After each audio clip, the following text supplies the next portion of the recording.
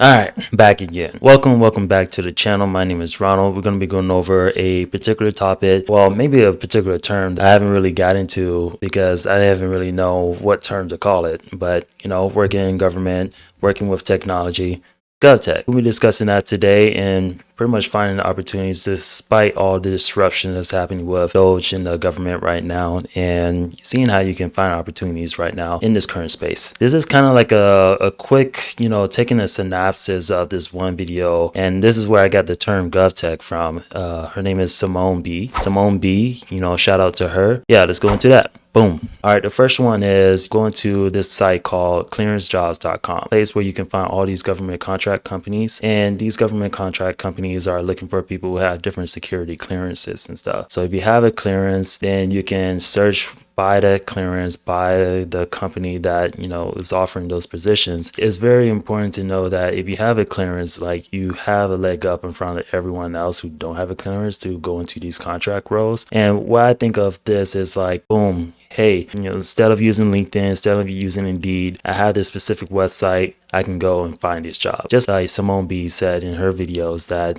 she's been using this site for a very long time.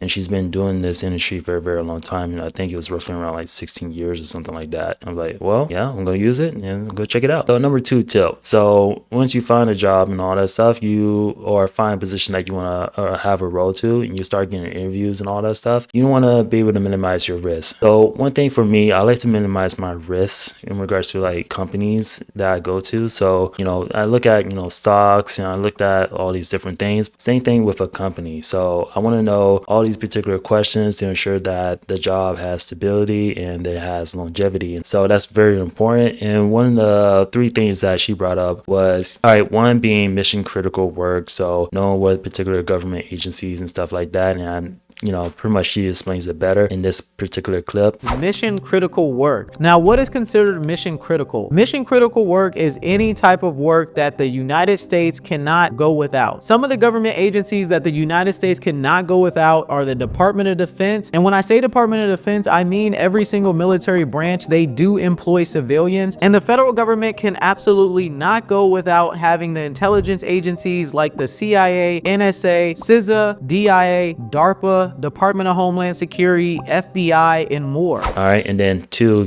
going over how long the particular contract this company had and what other contracts they might be having in the pipeline in the near future, typically 5 years. So you want to know if the contract's been worked on for 1 or 2 years and how much is left on the contract. So you have a good idea of like how long that work is. And then 3, just like, just Google the contract and Google the work, because all this stuff is public information. You can Google and find the contract and the type of work that was awarded to that particular company. What are the details in regards to that? Once you start interviewing, start asking questions with a recruiter or a screener and stuff like that, you can start Googling. Then before that interview, you can be more well prepared of what you need to know in that interview. That's a really good plus, great plus. Number 3, boom. You already know I've been harping on this, especially in the beginning of this year, is going over upskilling and stuff like that. Mostly I've been doing Salesforce stuff, but I've been trying to get outside that Salesforce realm because there's another video I plan on putting out pretty soon. But it's just like, going to the nitty gritty and the nuances of certain technologies and getting very familiar with those type of things to build out,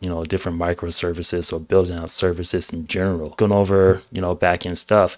So that's something that I'm doing just to be able to stay relevant because, technology is always continuing to improve. Oh my gosh, I have so many ideas in regards to videos that I want to talk about. I have so many topics that I'm going to go into. So make sure you subscribe about all these things that's coming up in the near future because this is a lot, especially after this vacation of a week. So I'm going to be putting out a lot of content after coming from this vacation. So continue to look out for those videos like this video that I put out recently about Docker, and I got another video, pertaining to Docker and some other backend technologies. Number 4, continue the network. As you continue the network, you want to look for referrals so people can give you the idea of exactly a leg up in a sense. So this is the same thing what I was saying is like with the clearance, like, hey, this is an additional factor that's going to give you a much higher possibility of landing that job. This is going to push you above the other applicants who don't have a leg up. It'll be the very last option for me. It's weird. I'm going to play around with this. I'm going to see if I can get a referral that can actually land me a job. So we'll see how that happens. It's a lot of logistics. I'll explain that later. But yeah, that's pretty much it. Instead of actually trying to go for a job, I'm going to use this strategy of like, what can I do to upskill and,